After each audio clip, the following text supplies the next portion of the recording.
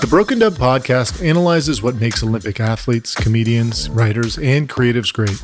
Season 1 is titled Breakthroughs. This season of the podcast delves into the breakthroughs we have in our respective fields when we destigmatize mental health and move past the roadblocks within our minds. Executive produced by Ellen Utrecht of Nike TV. Smash the like, subscribe, follow, you know the drill. This is the Broken Dove Podcast, and I'm your host, Danny Simmons. Riji Raja was born and raised in Kuwait to Indian parents. Her mother, a teacher, and her father, a textile business liaison between Far East countries and Kuwait. During the Gulf War in 1990, she and her parents fled to India for safety, but not without enduring the hardships of the Iraqi invasion. In 1991, they were given a second chance when her father was requested to transfer back to Kuwait. She holds a bachelor's degree in microbiology and a master's in finance. Ooh. She was formerly an auditor before she made the decision to pursue her acting career in 2016. She began her career with a MoneyGram web commercial, her social justice causes, and she's working on using her voice to help contribute towards this matter on a larger scale. With no further ado, we have the lady of the hour and maybe the half hour, or maybe the hour and a half, Riji Raja. Come on down to Funtown. How are you? Amazing. Oh my gosh, I'm so pumped already. Sorry. And I'm over here sweating the heat. I got the sun setting right here, so it's beautiful. It's a beautiful day. You look beautiful. Obviously, you and your husband are beautiful. It's just a great thing. Affirmations are great. You've said you're most proud of your faith and persistent demand with God for miracles and breakthroughs. Now, it is obviously 2021. What are some of your miracles that you are manifesting for 2021? Well, for one, this one right here, when I did my vision board back in like 10 days before starting of January, I wrote down podcast, and I didn't know what I was asking for. I was like, that would be nice to, get to other people and also get my voice heard. And so here we are, like, you manifested, so you are a miracle for me. Now, hey, that is so sweet. I'll take it. Attest to power of writing. Like, I wrote down what I wanted. I still have that. I have it all on my Canva, so I keep editing it. Because, cool. Like, for example, like I wrote that I wanted to learn calligraphy and not master it, like, because one day at a time. But then I realized, like, 11 days into New Year, I'm like, but what is it good? How is it going to serve me? I don't need calligraphy now. It's just something that I saw people doing. I was like, I want to learn. But I think what I want to learn more is on public speaking. Like, if I'm speaking, but I know that there's some parts of me that I hold myself back from. So I'm like, I need to get over that. So I'm like, let's scratch that and put public speaking on that. But putting that in written format really works for me. Well, it's fascinating. There's so many parallels between you and I'm going to give a Steve Jobs shout out. Obviously, he took a calligraphy class. He was auditing a class back when he was kind of, not really going to school. He dropped out and he was following, eating food at the Hare Krishna temple. It's a very famous speech, right? And he's talking about calligraphy and how it informed the font faces that Apple uses. So some things that we don't even see and we can't reverse engineer the patterns, forward. We can reverse engineer them backwards, but obviously that was part of the sauce of Apple. So it's part of the sauce of what you do. And public speaking is something that everyone can improve upon. I need to do it. I am an machine. You're so good at it. No, thank you. You're very sweet. I trust me, when I get in the edit bay, I'm like, machine has got to go. So that is a new goal. But once again, how does your faith, play a role into your creativity? So I believe that everyone's created with a purpose on this earth. So when the creator has created you, that means you have the creativity in you already. And here we are wondering, what is our purpose? Are we creative enough? I have asked these questions myself. And then I realized that whatever I'm doing right now, when I'm like backtracking it, I'm like, oh, I had been doing this in the past. No wonder I'm good at it then, that I'm able to bring this into my now. And I'm like, now monetizing that. So for example, like, I love writing. Like, even though I feel like I prefer writing more than speaking, I can articulate words when I'm writing. And so I used to write a lot back in my school days, write poems and everything. I got featured on articles back in India and in Kuwait, public newspapers. And so my parents were like, she's so good at writing. And they like that. They don't want me to go like dance and all. They like everything, like stay home, do everything behind doors. And here I am like, okay, I can write. What can I do? I want to get out there. I want to have my face like seen. And so, but I felt like I was really like put in a box because of that Indian upbringing. Like, no, do this, do that. You cannot do what you want to do. We tell you what to do. So I was like, okay, fine. I'll just write. And so here I am now, like I'm able to bring that words out. I made that. That's how I launched my product. So it's all words. That was like on my mind, and that helped me even get through my personal struggles in my life. So coming back to creativity and faith, that was the thing that I would sit down and ask God, like, what did you make me for? What is my purpose here? Can I give back to you anything? Because you gave me a reason to live. Like, I want to serve you. And so and God started opening these opportunities, and I'm writing all these things. And I'm like, interesting. So is this what you want, God? Okay, I'll just keep doing it. And so here I am knowing that this is what God wants. And then through that, even though it's like, okay, it's not right. I won't say that writing is my purpose. Acting is my purpose, primary purpose, period. And so I have used writing, as in the power of writing, to connect with people, write emails, send pitches and all that. All that's what I feel like God's like, remember I said writing is your gift? Yeah, that's your gift. Use it to leverage it off to get into the field or the destination that you need to be at. So yeah, and I rely completely on God for everything. Well, and it's interesting. You talked about a lot of actors and actresses, right, are going from not just being, a person who repeats other lines is the auteur game, auteur alert. So, I think that's obviously something that we have my little sirens of auteur coming my way, small business owner that's going to become big business owner, actress, writer, director, the Olivia Wildes of the world, so to speak. It's coming. So it's a matter of time. Even I was watching Ozark again, which is obviously everybody dies, but it's the Bates. We're talking about the Bates, who I'm used to watching be funny, and now he's dramatic, and now he's directing. So it's sort of who knows where 2 years might play.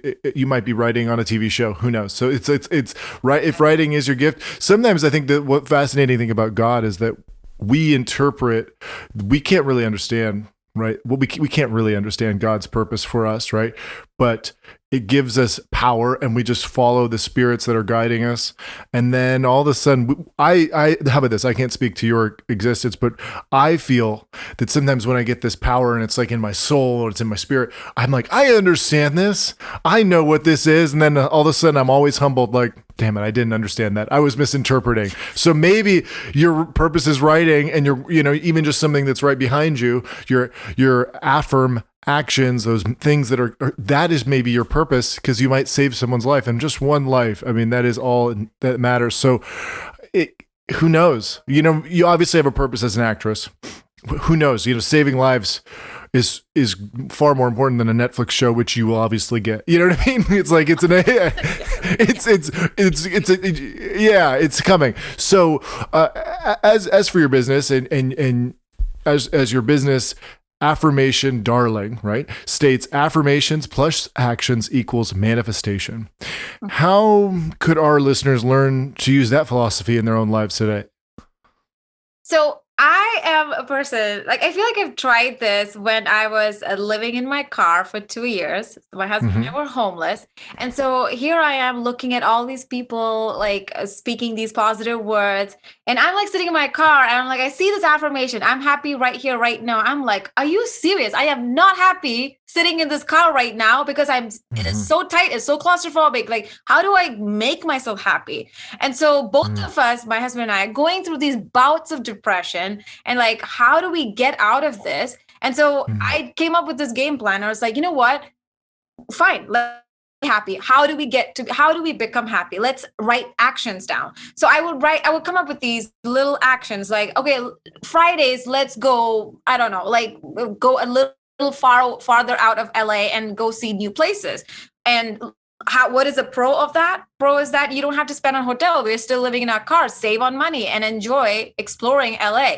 And so making those things, like writing pros and cons of each scenario that we're encountering, and like literally crossing out the cons and be like, we don't care about the cons. Let's just go for the pros. And like, okay, what's the pro of living in our car? Saving on rent, saving on food. And like, there's so many things that you can look at. So shifting perspective and looking at things positively helped us mentally so much. And then once we started writing those actions down, and once we started putting it into action, because actions speak louder than words. And so these are just, words are just so empty if you don't put action into it. Like if you say, I'm going to do it, but if you don't get up from the bed and do it, then it's not going to be done. So that is why I stick to that tagline, my mantra, that affirmations plus actions. Affirmations alone will not help manifest. Affirmations plus putting those actions that actually, tangible actions that actually relate to that affirmation, put them together. That's what's going to help you to manifest that. So like for podcasts, like how I got on your podcast right now, even though it's like, oh, it's a miracle. It's so like on the outside, people are like, oh, you're getting a lot of podcasts. That's amazing. I was like, no, I decided that I wanted to get on podcasts. I wrote it down and then I showed up. I literally showed up. Like I'm supporting other people, supporting women. And I supported my friend. And then she through her is how I found you. Right. And so I'm like, and then when the podcast came up, when you asked me, I was like, but this is what I want. So I'm going to say yes. So it's me being available and showing up. You never know. Sometimes I've noticed, even though I write things down and it looks impossible to manifest, and then I see God opening this door and I'm like, wait a second, like I didn't even have to do anything. And that's where I'm like, God's like, I want to see if you are willing to work hard with the little things you have, and I'll make the bigger things come. And I know because you have been putting all your energy and sweat into it. So I know you're capable. And we're not qualified. Okay. None of us are qualified. God's like, I call the unqualified and I qualify you for that task. So you might think you're not enough, but if I'm giving it to you, that's because I know that you're enough. That is beautiful. That's so funny. I wrote down, and Instagram is obviously it's not reality, right? It's a social media avatar platform. But no, I know, but it's a necessary evil, right? And I wrote down my goals on a notepad, and actually, this is true. I wrote them down, and every year I do this. And my notepad, for whatever reason, I don't even understand why, it deleted. I copied it, went to Instagram, I went to go share it. Something, I don't know what happened, but I copy pasted in notepad. I don't know. I lost all my goals. So I had to rewrite them, which is not the worst process. One of my goals was I wanted to write a comedy feature this year. And I haven't just written a comedy feature. I haven't felt funny in a while. I obviously have written a lot of comedy. It's what I do. It's actually my talent given from God. I'm just a goofball. I'm a jolly giant. I'm a large human. I make jokes, big laughs, big mistakes. But I have made huge mistakes. But I was like, I'm going to write a comedy this year, and it's a feature, and I don't have a writing partner. And I have no idea who it's going to be. I put it on Instagram, and the most incredible writer who I've done so many scenes with, who I haven't connected with, her and I align on so many things: social justice, mental illness, education, volunteering. She's a genius, and she's taught me so much about life. Reaches out to me and is like, hey, I want to write this thing. I have this concept, and we start just bouncing off. And now we're like halfway through a treatment, and and obviously it's only 15 days in, and we're going to sell it. And I can just like feel it. Like, it's just when something's so easy and so effortless, it happens. And it all came from like me writing it down, putting it on Instagram. She didn't even see the post. And it's just like putting it out there, that carrier pigeon to God happens. And the raven was received. And now the process has begun. And now we're doing the actions, which are, showing up, scheduling the calendar invites. Obviously she's busy going out to be a writer on these various, big shows. And I'm doing the podcast. I said, hey, similar thing. I'm going to do a podcast because I love saying podcast. I love saying the word podcast. It has, I want to have a podcast where I just say podcast because it's such a fun word to say. And then for whatever reason, mocking podcast, everyone who has a podcast. And I finished my film and I did a whole podcast tour, or, whatever TV tour in 2020. I was like, I think I want to do one. And now we're on episode 10. This is the 10th. Yeah, I don't know what the order is going to be, but 10 in. And I have a sponsor, and the sponsor is this incredible app, 𝗖𝗵. And they're a female-owned, operated, and created mental health app for men. So, obviously, men, we need women. Women rule the world. Women will help us. We know that the mental health crisis is affecting men on a higher level than women for whatever reason. And not that women aren't suffering. It's just, we need women to come and save us. And it's a beautiful thing. So now we have a sponsor. I'm working with them writing copy and creative and writing commercials and following my heart.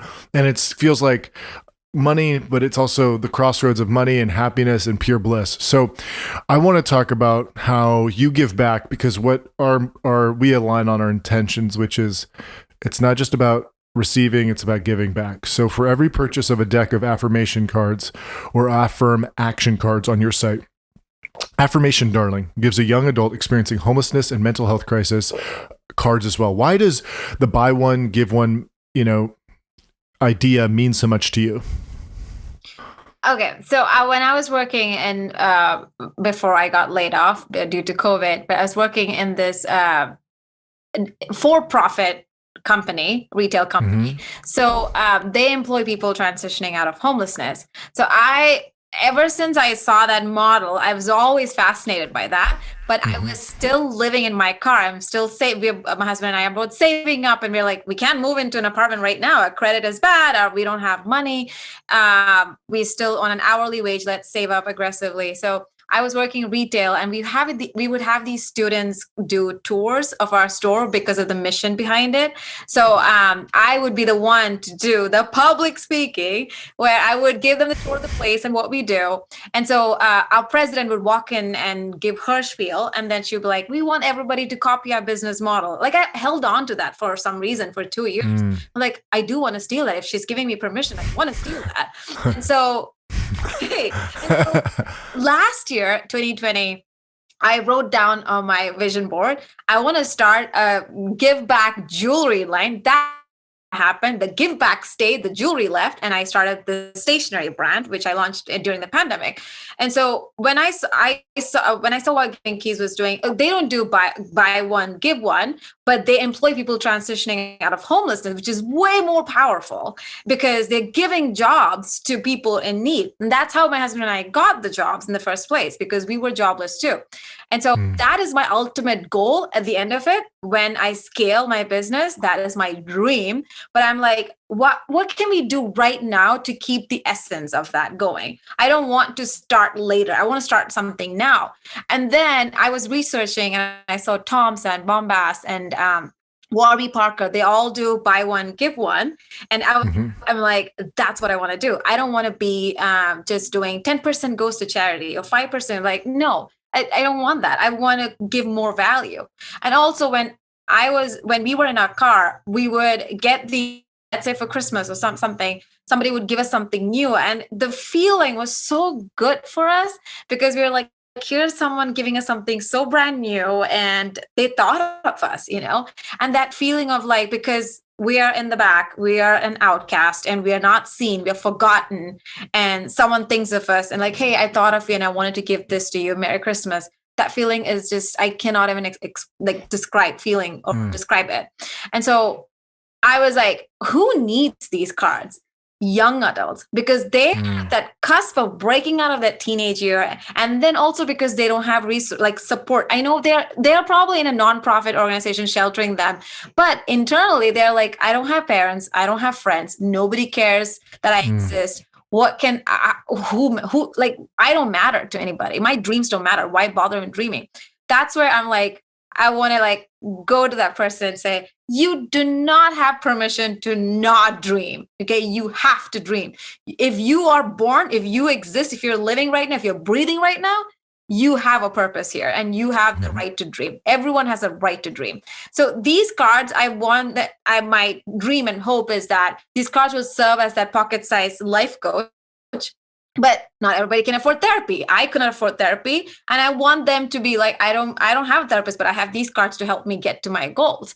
So that's where when a customer buys a product, I match that and give the exact same product. I don't cut anywhere, no cutting corners at all. The exact same product, exact same deck. I give it to a young adult in need and make them know that this is not a secondhand. This is not a handout. This is a brand new product. You are getting exactly what a customer paid for. So when I launched, I had, I think I started with 15 or 20%. And like 3 weeks in, I was feeling so icky. I'm like, I don't like doing the 15% proceeds go to charity. I want to like match the product. Like we have to bring the cost down. And so my husband worked really hard at doing that. And he's the reason behind everything. Even though he's not the face of the company, he is my backbone. And so he brought the cost down. He's like, you asked for it, I'm giving it to you. Ask and you shall receive. So I'm able to do buy one, give one at the moment. Yeah. Well, you guys are relationship goals, and you're beautiful. I've taken a look at your videos. I'm like, oh my gosh, I'm alone in the pandemic. No, I'm very happy, but it's just seeing love. There's nothing quite like it. Yes, later too, if you want. Yes, yeah. And so obviously, you guys experienced homelessness together, and you were in a car. Can you describe what that was like, and in vivid detail for us, and what it felt like, and how did it make you feel? Did you see the world in a different perspective when you were living in your car? Perspective. Yeah, for sure. When we both, oh my gosh. So, how you asked about faith? Like, I felt like God gave me a warning dream that was going to happen. So I knew it was going to happen. I didn't know it was homelessness. And so we didn't strategize. We should have taken advantage of the dream. So here we are. I keep seeing number 11. And then November 1 comes and we move into a car. And I was like, oh, that's why I've been seeing 11. 11 means transition also. And 11 was November. And so when the day one, it was so scary. We're like, where do we go? We couldn't find a place in time. We can't afford the places that people are suggesting. What do we do from here? And like, I still get goosebumps when I think of it. Like my husband literally suggested, here's 3 options we could end our life. Like, let's ingest poison. And like, I can't remember the other 2, but let's get into an accident. I'm just like, I can't believe we're talking about this. And I'm like, but you're right. I literally said, yeah, you're right. I think poison would be a better option. It's like, yeah, what's the point? No one cares about us. We might as well end our lives. God took everything away from us. No reason to exist anymore. And so I was like, okay, we need to stop. Let's sleep on this. I literally said, let's sleep on this. We'll decide tomorrow. And then we woke up and I told him like, okay, we took the time and the energy to discuss how to end our life. Why don't we do the opposite? Why don't we put that time and energy to discuss how to keep living on this life? What can we do to make this work in our favor? Like, I know it feels like the end of life. And also because of our background and where we come from and our culture, we were really afraid, so afraid to tell our parents. So we couldn't tell them because this is homelessness in our culture is like unheard of. Like, I know there's poverty in India, but the class of people that we are from, it's not supposed to happen. It is wrong. So we couldn't tell them. So here we are thinking, we can't tell our parents, we're not getting any support. What do we do? That's why we were contemplating on those decisions. And so we were like, let's not tell anybody. Let's overcome this our way. And then the question is, okay, how long do we need to do this? I'm like, we don't know. We are just going to wake up every day like it's a new day, and expect the unexpected and keep going. And so we would find things to do. And then it's like we would drive down Skid Row and we would be like, okay, we have to be grateful that we have a car because there are these people living in tents right now and they're going through all seasons of California, rain, the heat, the winter, and everything, and they're suffering. And at least we have a car. How much gratitude should we practice right now? So that shifted our perspective. And we would spend so much time in Skid Row area just watching people and just like talking with some of them. I feel like that whole experience like drew us to that job in downtown LA that happened. It's like it was all meant to be. But the first day we're like, we don't have money to eat. What do we do? And we were driving by Burbank and we saw a $2 breakfast in IKEA. And we're like, huh, $2? Let's go. Like, and a nice bed. Yeah. And a nice nap, you know? Right. The cafeteria is really like, we did take naps, not a joke. And then we broke our piggy bank because we didn't have money. And no one told us there's a thing called EBT or food stamps. We didn't know this because we are here new to the US. I mean, my husband has been around here, but he hasn't experienced homelessness before, so he didn't know. And so no one told us. We didn't ask either because we didn't want to tell anybody. And so we broke our piggy bank, all our savings. And then here we are like seeing the $2 breakfast sign in IKEA, like, yeah, this we can do this. We can eat food every day. And so we sat at IKEA. I feel like if anybody knows IKEA's like CEO, like I would love to tell him how much of an impact he has made. But just having us to stay there the whole day. We would like tap their Wi-Fi, just we would go there at like 11 and then we'd stay there till 5 p.m. or till they kick us out, till it's closing time. Because it was warm.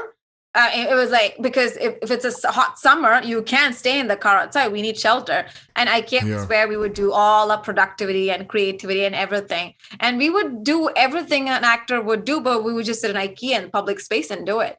But all those things, we would take time to show gratitude. Like, oh, there's IKEA and there's $2 breakfast. There's Planet Fitness, $10 membership. We can go like work out and shower. Like showering was a huge thing. We were like, where do we shower? We made that work. And food, we were like, oh, I'm craving hot food. What do we do? Oh, Whole Foods has a microwave. So it's like all these things. We would like hop around place to place and be like, oh, they have this. These guys have that. Let's take advantage. And Panera Bread was our favorite hangout too. We would get this one soup and we would share it. We would sit there for hours. Like they. What was the soup? What was the soup? The French onion soup. Did they put the bread with a little cheese and they cut? Yeah, I would always ask the bread and the cheese on the side. I feel like I hacked some of the recipes. So I was like, please, can you put that on the side? And then they're like, she's still an actress. Let's be honest. She's got to look good. So she might be living out of her car, but she can't have carbs. Okay. I'm not sure that extra cheese did any good to me, but no. I'm just kidding. It's like no. I gotta look good for this audition. Thank you for sharing, by the way, and what a beautiful way to see kind of the hustle and how you can take obviously an extremely daunting situation and break it down step by step. And Planet Fitness is a miracle on earth that it exists, and they've been working through the pandemic. I mean, I know. No, they're gonna. I mean, Planet Fitness has different hit heroes. Actually, one of the Planet Fitness heroes was on our pod, Calvin D's son. He's a great Monsoon Diaries. Go give him a follow. He's an incredible ER doctor, an emergency doctor, a mercenary for hire, if you will. And he worked the entire COVID outbreak in New York, the first outbreak in New York. And he's a badass. He does like one-arm push-ups and pistol squats, and he has a business. Sure. He's very similar to you. He has a small business that travels the world, and he has a travel company, but he also saves lives. So good partnership there, and he was a Planet Fitness hero in 2020 at the end there in New York. So there is a way to network. He might have an email that you guys can find. I'll connect you guys, obviously, but that's really fascinating. The workout is so important. Working out, showering. Can you tell me about obviously, so you're working out. How do you get into a flow state? With all of that adversity that you're experiencing, how did the meditative state of working out help you endure? So I didn't have a choice. My husband loves fitness, and he's like, he vents out and like releases all his frustration and his bad energy and everything through working out.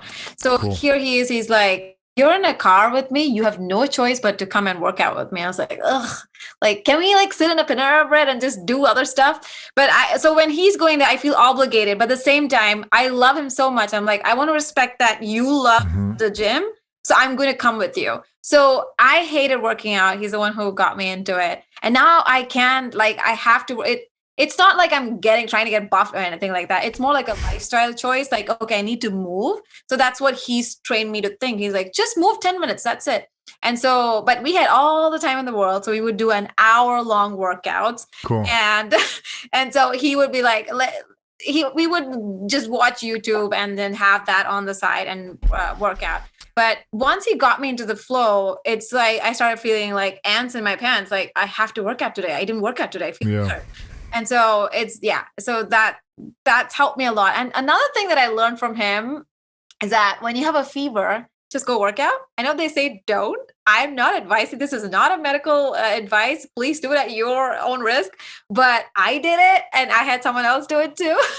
And I burnt my fever out on the treadmill. I couldn't move, and I sweat so much, and I got rid of my fever, because when you're in a car and you don't have money and you don't have insurance, we couldn't go to the hospital. We couldn't afford that bill. We were like, no, we're not doing that. So we were like, how do we get rid of it now? Like, naturally. So that's what we did. I would just lift and run like crazy. And then in 2 days, I was like, the fever was gone. So that's something now we're like, if we get sick, let's do that. Move. And that's even during COVID, they say, move, keep moving, don't lay in bed. And really there's a reason behind that. Yeah, it's an interesting, relating to working out and overcoming, pre-existing conditions, or just, comorbidities or whatever it might be, the terms that I'm just repeating from the news. Working out totally helps. There's a reason why companies incorporate gyms and free fitness classes, and it's for every $4 they spend on your fitness, they save $4 in insurance premiums. So obviously, we know in America, the reason why America is getting toppled and destroyed by COVID-19 more than other countries is because of our diet, and the overall fitness of our country is very low because we're not taking care of ourselves as much, so we don't handle these punches, so to speak, when they come in life. And Fast Food Nation speaks to that, and it can attest to that. So totally you're well dialed. It's true. When you're feeling icky, work out through it. Obviously right now, COVID, I didn't even know that about COVID. Work out through it. Obviously, don't go out in public, please. Everybody isolate. Work out in your closet. But I'm at home. Yeah. Yeah, but there's something so fascinating. Obviously, you have 2 degrees, a master's degree in finance, a bachelor's in microbiology. I heard your story, and it reminded me of an impactful moment when President Obama was elected. And I remember hearing Keenen Ivory Wayans talk, and it was just an amazing kind of showcase of different voices and how they made important choices in life. And it was some, I don't know what the show was, but I remember being in college and being like, wow, I feel like change is on its way. Well, when Keenen Ivory Wayans decided to drop out of college, he was going to Tuskegee University, where the Tuskegee pilots in World War II went, which is a very iconic institution in the United States, an educational institution. And that's what a beautiful thing to get into that school. And he dropped out. And instead of finishing his college education, his father was disappointed. He jumped headfirst into stand-up comedy, and he was killing it. And his dad told him he just needed to have a fallback plan. Come on, son, have a fallback plan, please, I beg of you. But Wayans told his father that having a plan for failure is having a fallback.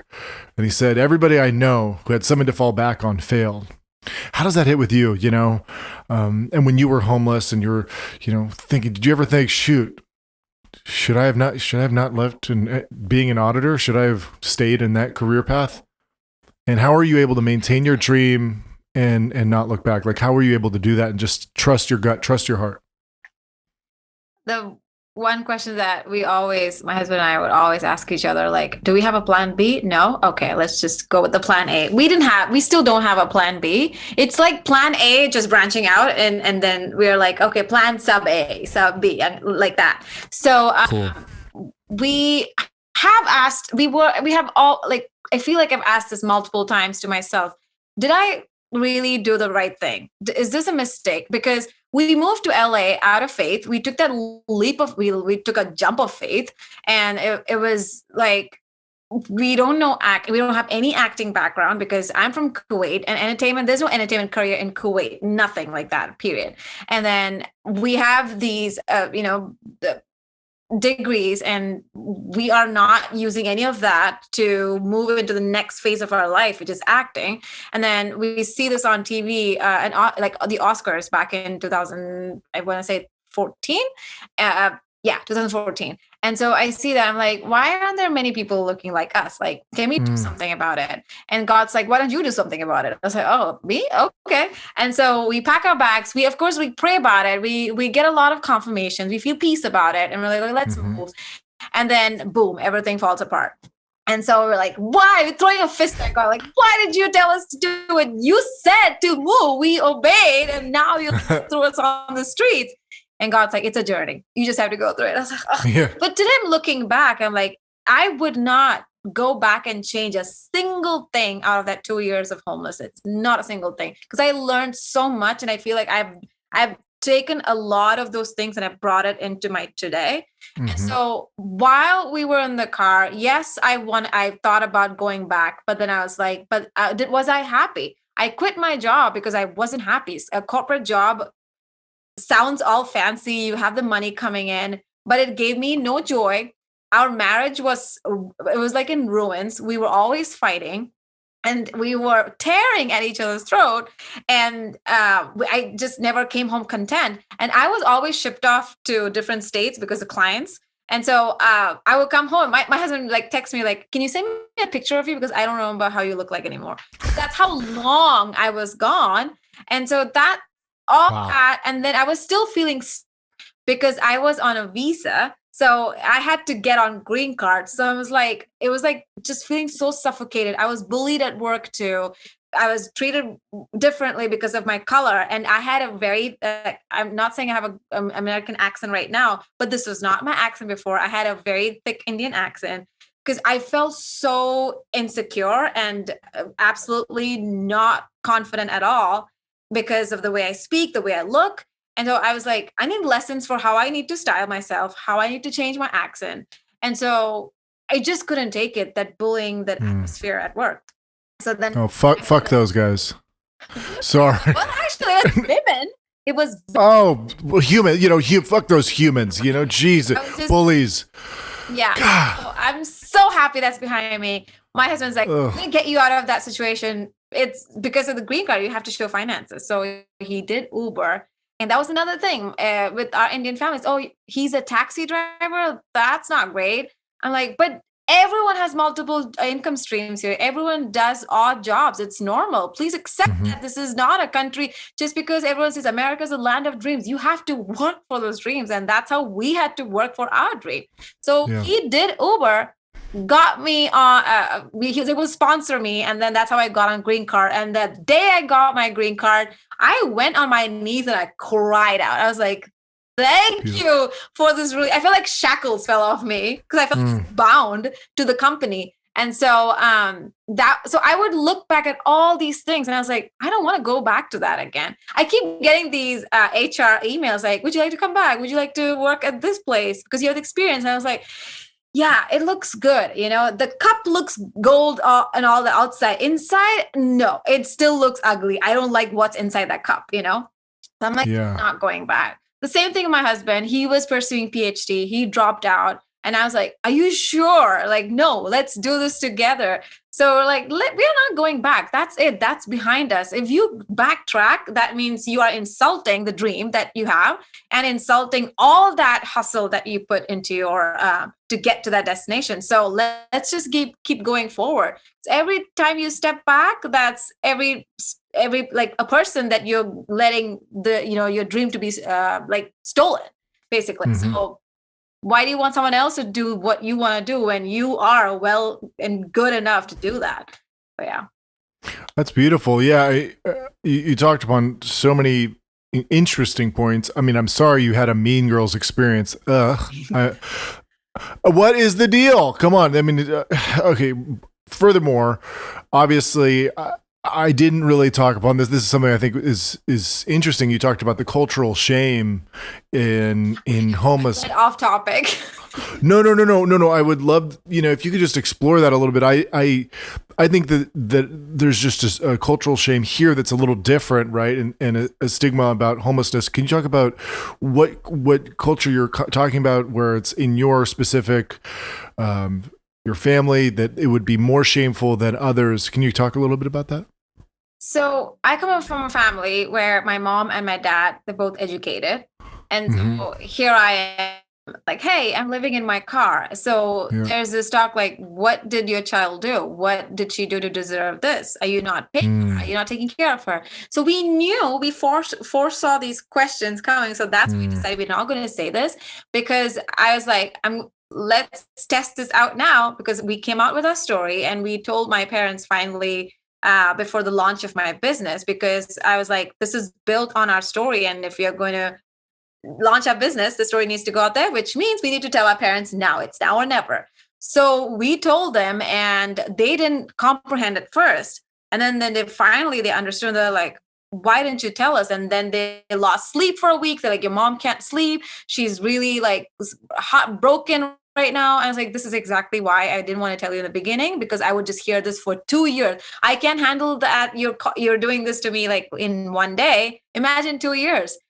Like, what's happening? Did you get a job? Did you get a place? It's like, we don't have answers to that. So right now I've established this thing like, Mom, Dad, please don't ask me if we have made it yet, or if there's something that I told you is going to happen. When it happens, I will tell you. But if you keep asking, it puts a lot of pressure on me, because if I fail and I'm afraid to tell you, it puts so much stress and anxiety on me. So that was the main reason why I didn't tell them, the stress and anxiety. So when I told my story, I asked my mom, how are our relatives handling it? Like, she's like, there's a lot of people asking, sending screenshots of my video that went live on my Instagram. What is she talking about? Like, including my own brother. Like, they were all asking, is this really true? Did she make it up? Is she making it up? Like, what is she trying to do here? And so I told my mom, like, please send all these people to me, because you are not answerable to anybody. You don't need to feel obligated, responsible to answer everybody, because she feels that. I'm like, that's how I felt too. But my story, let me tell them. No one has approached me. No one has still approached me. And it really upsets me that they don't want to hear it from my mouth. And it's like a gossip town. Like, oh, did you hear about the Riji? Like, did you hear that? Like, oh. So even now, I don't, this is a podcast, but I put all my stuff only on Instagram. I still don't post anything on Facebook. That's for my entire families. But if anyone's listening, I don't care if you want to come to my Instagram and see it. But I'm still not putting on my Facebook, because it's such a judgmental town right now for me.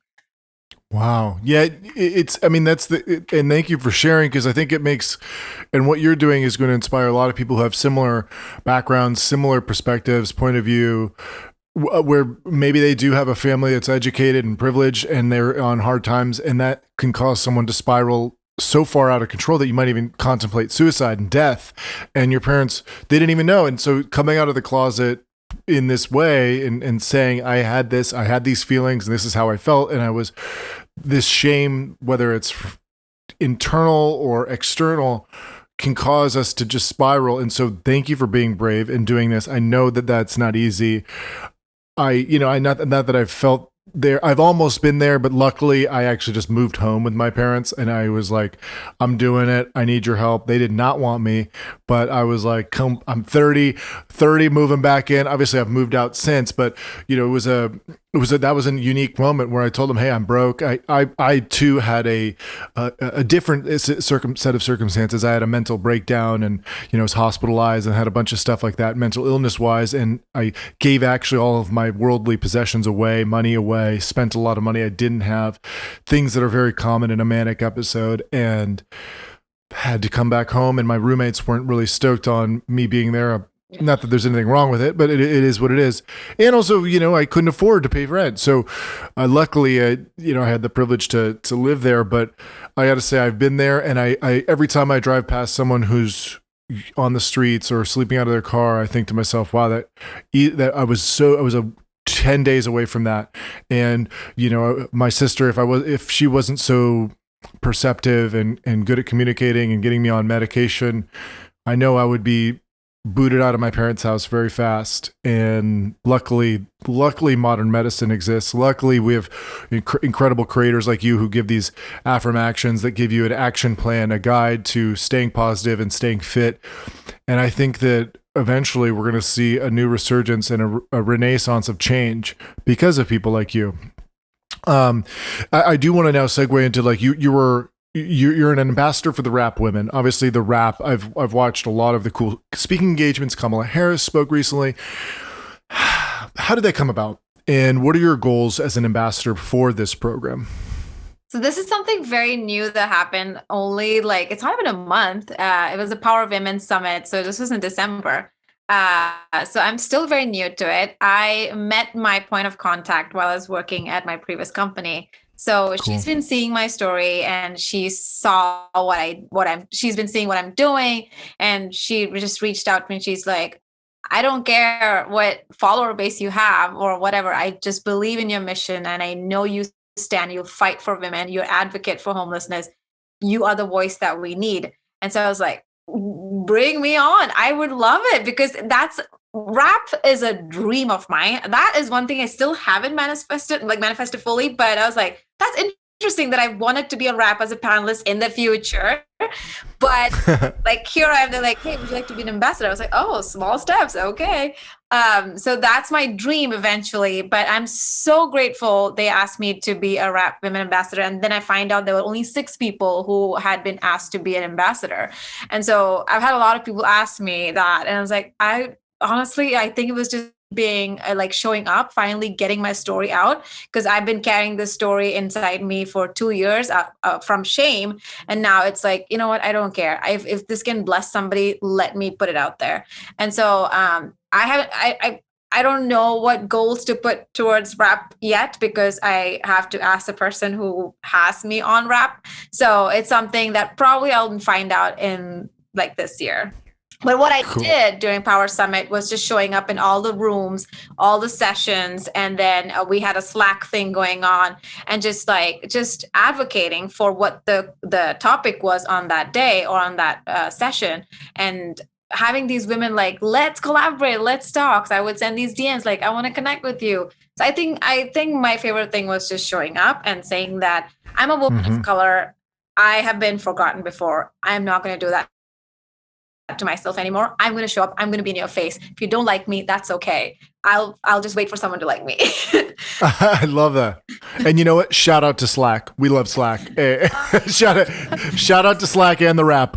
So you know, I think you said, and I do agree that a lot of our internal dialogue is so negative. 80%, I believe it is. You know, internal dialogue is negative.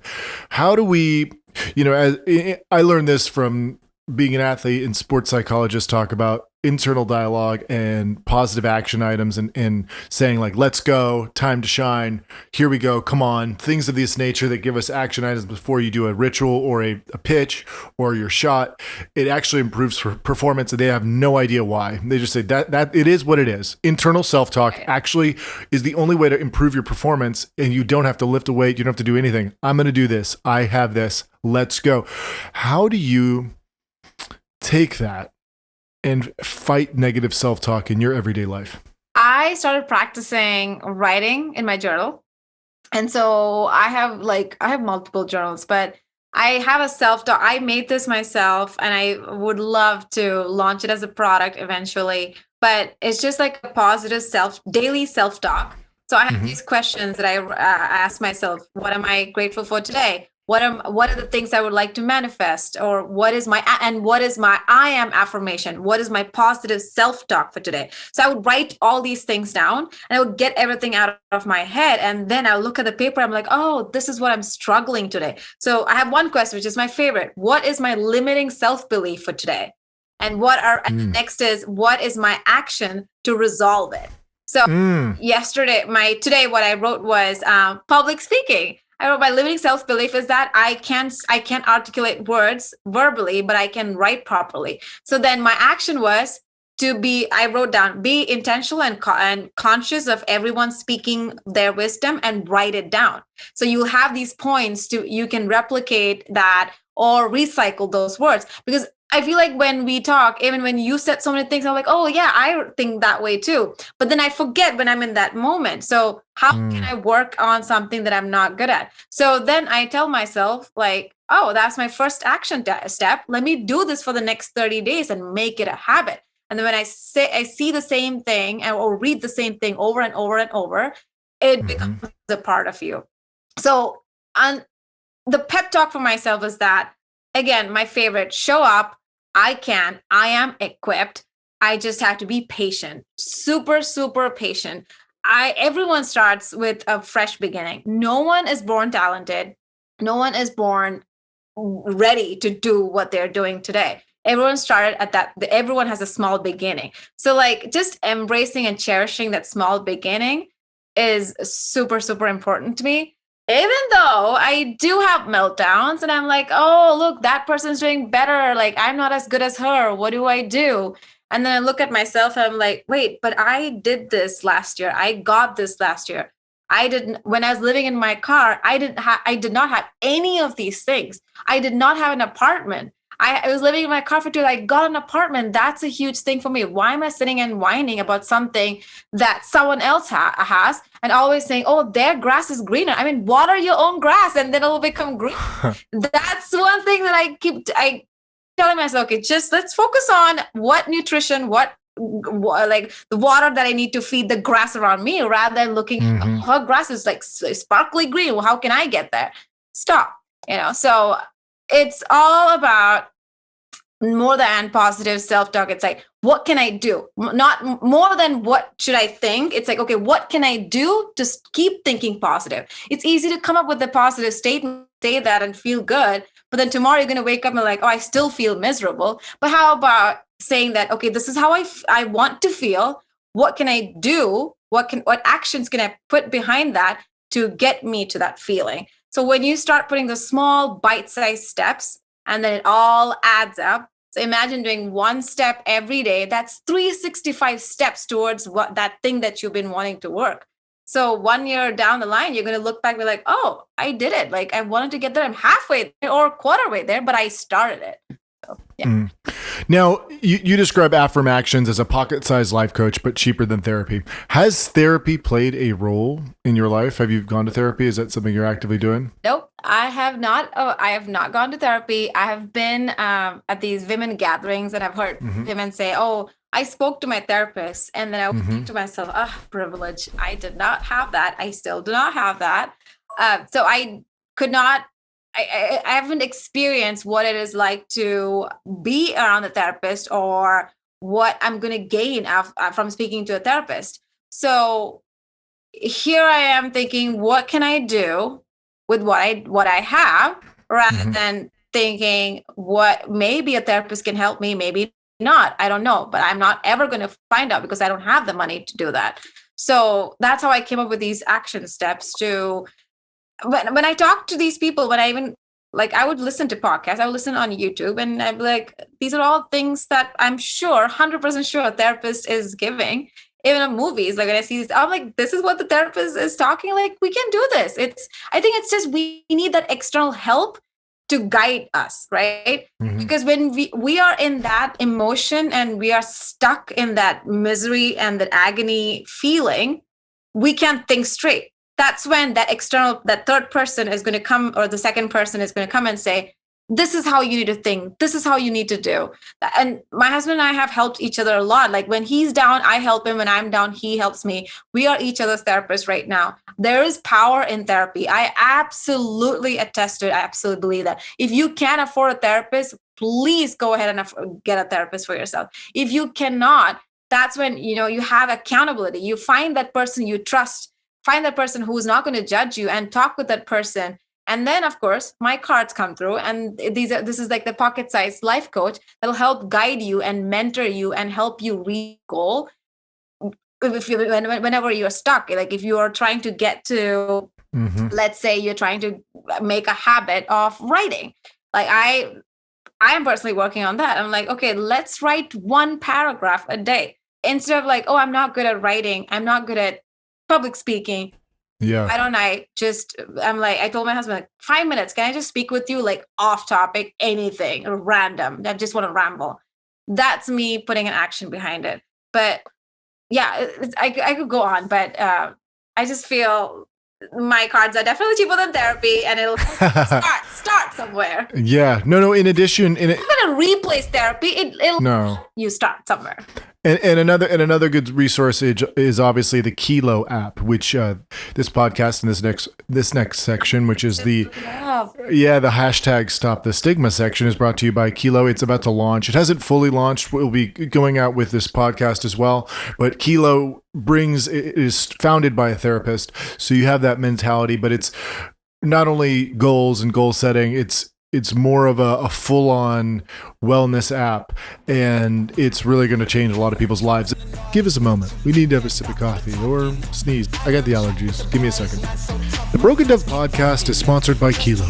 Kilo app takes a qualitative approach to tracking your mental health by analyzing the quality of your sleep, workout, diet, even libido. Kilo keeps me dialed in. Kilo motivates me to work hard in and out of the gym.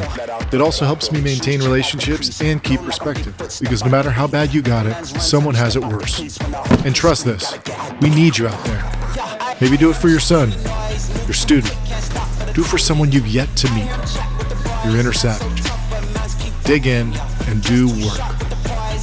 Kilo, building better humans.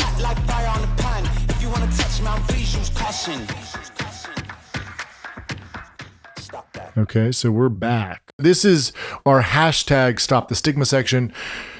It is also our second chance opportunity, and you've shared with me, and thank you for sharing that you contemplated suicide, and I'm so sorry that you had those feelings.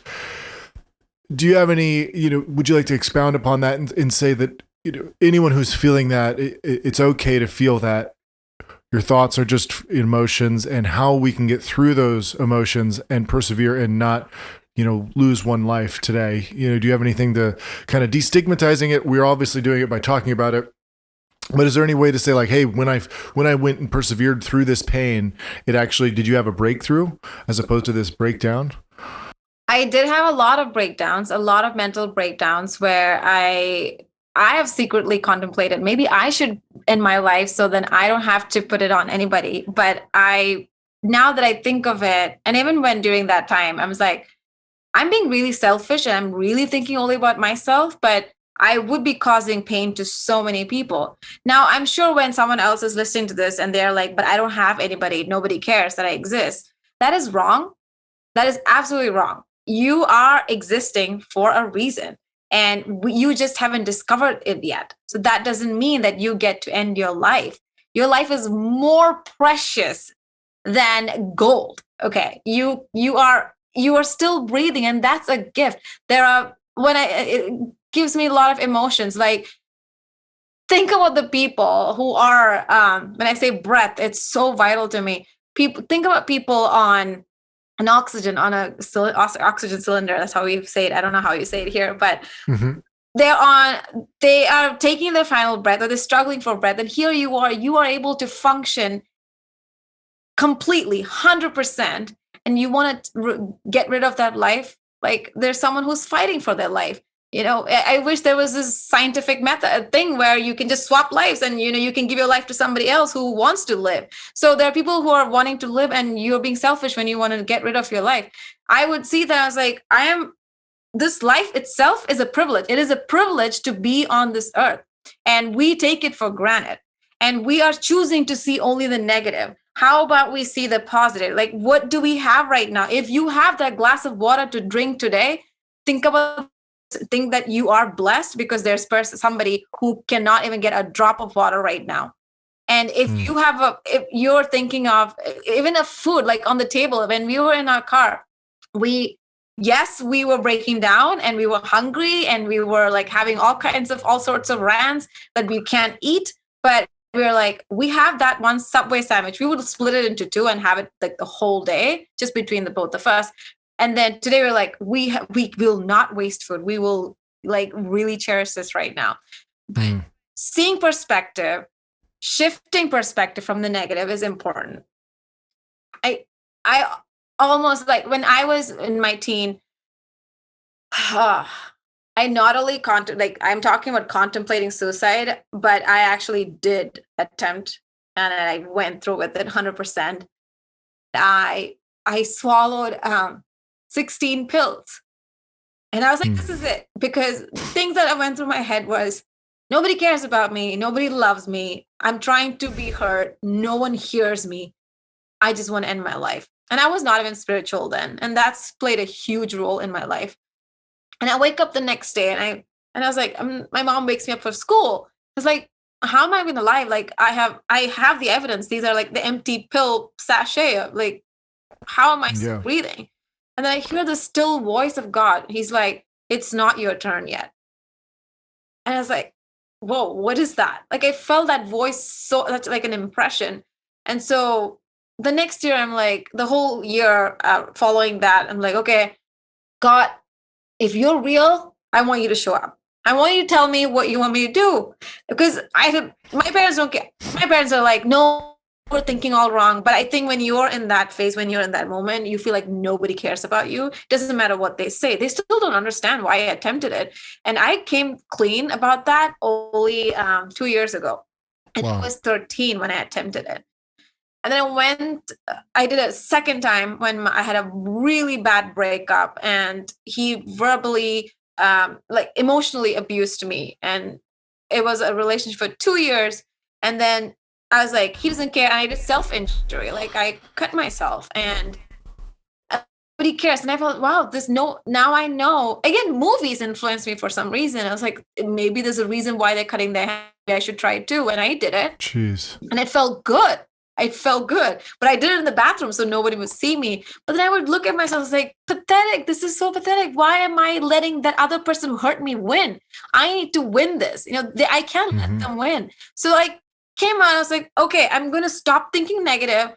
What can I do to think positive? So these are all like my emotions for my reason that drove me to take my life were not feeling loved. So then again, that's when I was like, oh, no wonder I love writing, but I would write, why am I not feeling loved? What should I do to get loved? So I was like, oh, if I need to feel love, I need to have a boyfriend. And then and God's like, you are not getting a boyfriend for a year, but you and I are going to partner together. I'm going to teach you how to love without anybody, So I'm falling in love with spirituality. I'm falling in love with the concept of God. That's why I felt I got very strong with God because I was like navigating it by myself. I didn't have anybody. And so I fall in love with God. And then God's like, now your heart is ready. And then I had a dream and I met I saw my husband in my dream. And then this guy shows up on my Facebook. That's where I met him online. I was like, this is it. Wow. And then I look back and I'm like, wow, I'm so glad, God, that you didn't take my life. You didn't let me die. Like you brought me back. And I'm sitting here right now, like, no wonder I needed to keep breathing. Because this is the purpose. I feel like I still haven't tapped into my purpose fully. I don't think we'll ever do that till we die. It's like every day is like a small bits of chapter just opening in our book. But if you are thinking or even considering on the cusp of like taking your life, just know that even us who you're listening to, we are there. We value life. We value life more than anything because we love you. We love you. And we love you. I hate this whole like celebrity concept. I'm the kind of person like, if you need help, please DM. If we can get you resources, if we can get you help, we want to be there. I hate that stigma where, oh, I'm unreachable because I'm famous. Like that's one thing that my thing that when I grow, my platform grows big, like I still want to keep all those channels open because this is what I'm here for, to help those people who think that they can't ask anybody. That's how I felt. I couldn't ask anybody. I was ashamed of myself. I was like, this is a platform where you have no right to be ashamed. You are completely safe here. And we just need to find that person. Even if it means it's a stranger, go ahead and ask a stranger. Keep going till you find that person, but don't give up on yourself.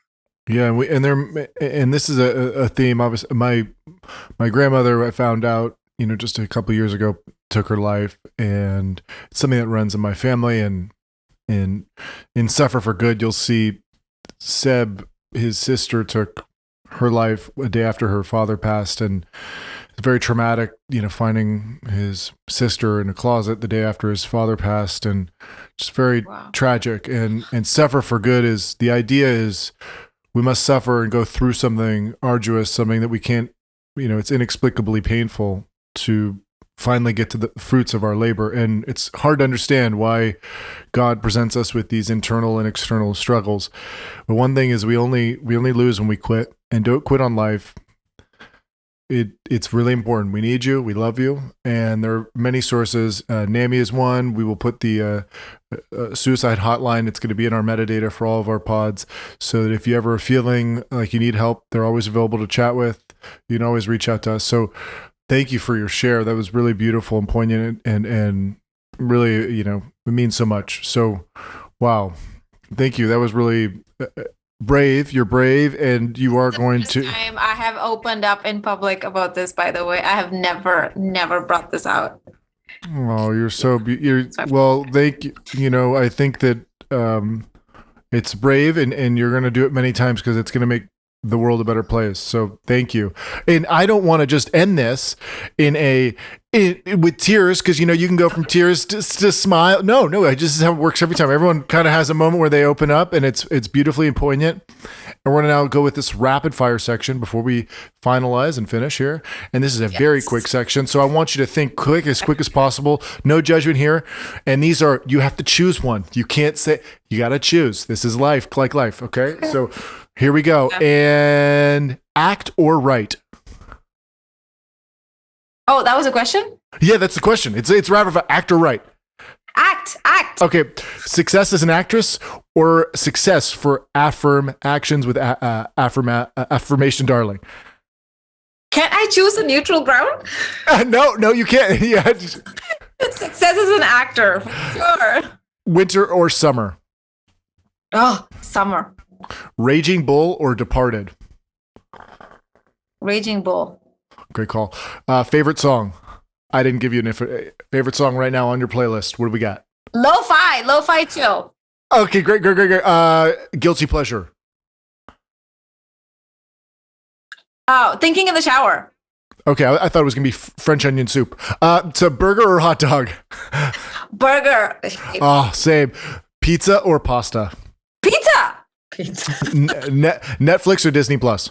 Netflix, 100%. Boom. Okay. Well, thank you so much. I just want to say you're an incredibly inspiring person. Not only this, you have talent as an actress, as writer, and auteur. I tell you, I mispronounce everything. So thank you for coming on, Riji. I'm excited to continue our connection, and I'm so glad that Tori Time and Joe Manconi connected us.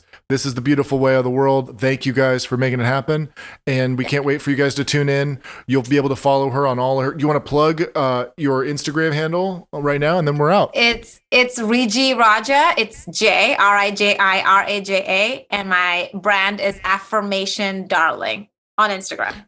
Beautiful, Riji. Thank you so much for coming on. We love you. You're an amazing human, and I can't wait to meet you in person. We're gonna do it. We're gonna get the vaccine, and hang out. Come on, get that vaccine. It's safe. Do it. Yes, please, guys. Thank you so much. The Broken Up Podcast is executive produced by Ellen Utrecht, edited by Megan Solano, audio by Dory Bavarsky, artwork by Neve Bavarsky. Please like, subscribe, follow, support. Love them all. They're amazing humans. They deserve your hugs, digital or otherwise. Thank you for tuning in, and we cannot wait to see your rave reviews. Just do it. Give it a smash. Smash that like button. Smash a comment. Throw a little poll to refresh. Clubhouse, Club Mouse. Thank you.